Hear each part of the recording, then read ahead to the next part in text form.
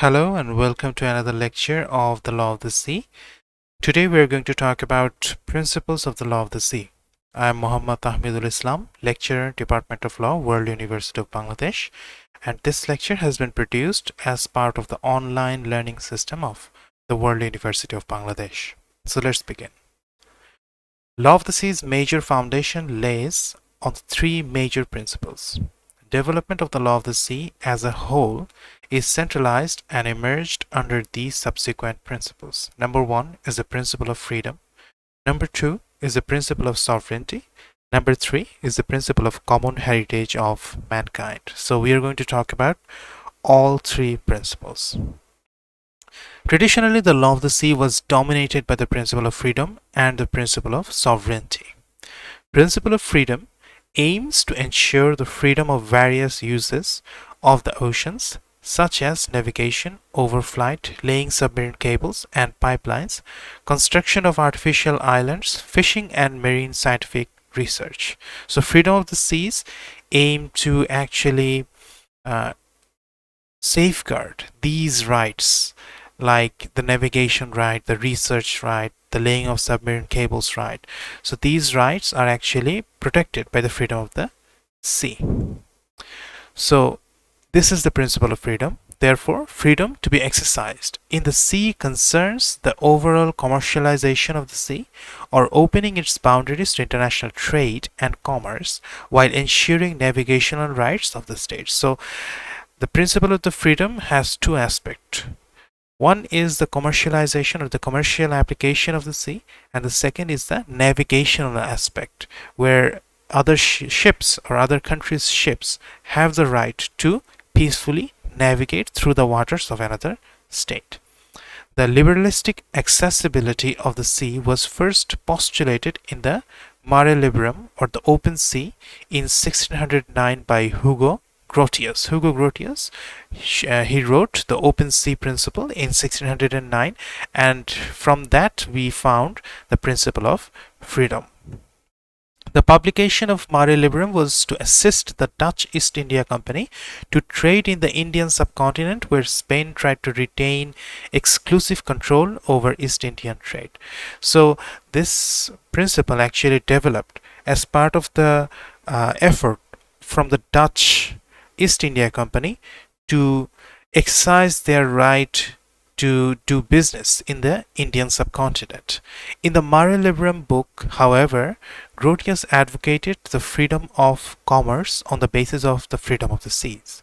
This episode would seem to demonstrate that the freedom of the sea was essentially characterized by the economic and political interest of maritime states. So it is a very interesting fact that the freedom of the sea actually was developed by a Dutch philosopher or writer, and he wrote it not actually for the benefit of all people, but it was the situation that the Spanish authorities were barring or rejecting the other European powers from the Indian subcontinent to do business, and they and the other countries were trying to enforce the freedom of the sea principle upon the Spanish authorities, Spanish kingdom, to allow them to do business in other parts of the world.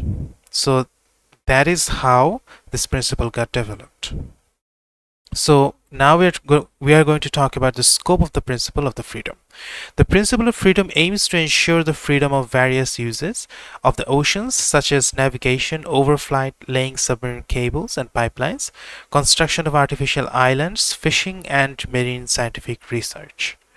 Freedom inculcated in a sense which results in utmost commercialization of the sea and to open its boundaries to the international trade. So if we adopt the principle of the freedom of the sea, we will see that it actually assists in the openness of the countries and in the commercialization of the countries. The more open a country's seas are, the more prosperous the country becomes because of the more commercialization or the more business.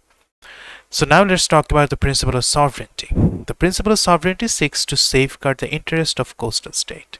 So principle of freedom actually provides the right of other states, and the principle of sovereignty actually safeguards the rights of the coastal state. This principle essentially promotes the extension of national jurisdiction into offshore spaces and supports the territorialization of the ocean. A coastal state being adjacent to an ocean implies that such state can exercise some exclusive rights or jurisdiction over certain maritime zones. So, principle of sovereignty is actually focused on securing the rights of the coastal state, the state which has the boundary with the sea, and it actually uh, supports the territorialization and the territorial control of the sea boundaries. The jurisprudential understanding regarding sovereignty in the sea can be envisaged from Vattel's book. It says, when a nation takes possession of certain parts of the sea, it takes possession of the empire over them, as well as of the domain. On the same principle which we advanced in treating of the land, these parts of the sea are within the jurisdiction of the nation and a part of its territory. The sovereign commands there. He makes laws and may punish those who violate them. In a word, he has the same rights there as on land, and, in general, every right which laws of the state allow him. So Vattel actually describes the principle of sovereignty in detail, and he says that if a country has full authority to enact laws and enforce those laws over its landmass, it should also have the authority to control its sea boundaries as well, and to apply its laws just as it applies its laws on its land within its sea territory as well.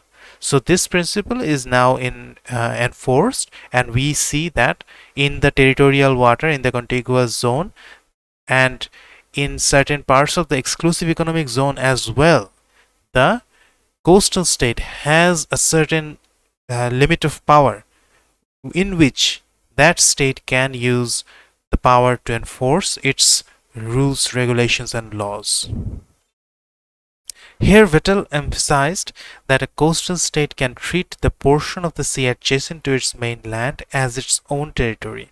Thus, such coastal state as of right can exercise territorial sovereignty over such portion of the sea.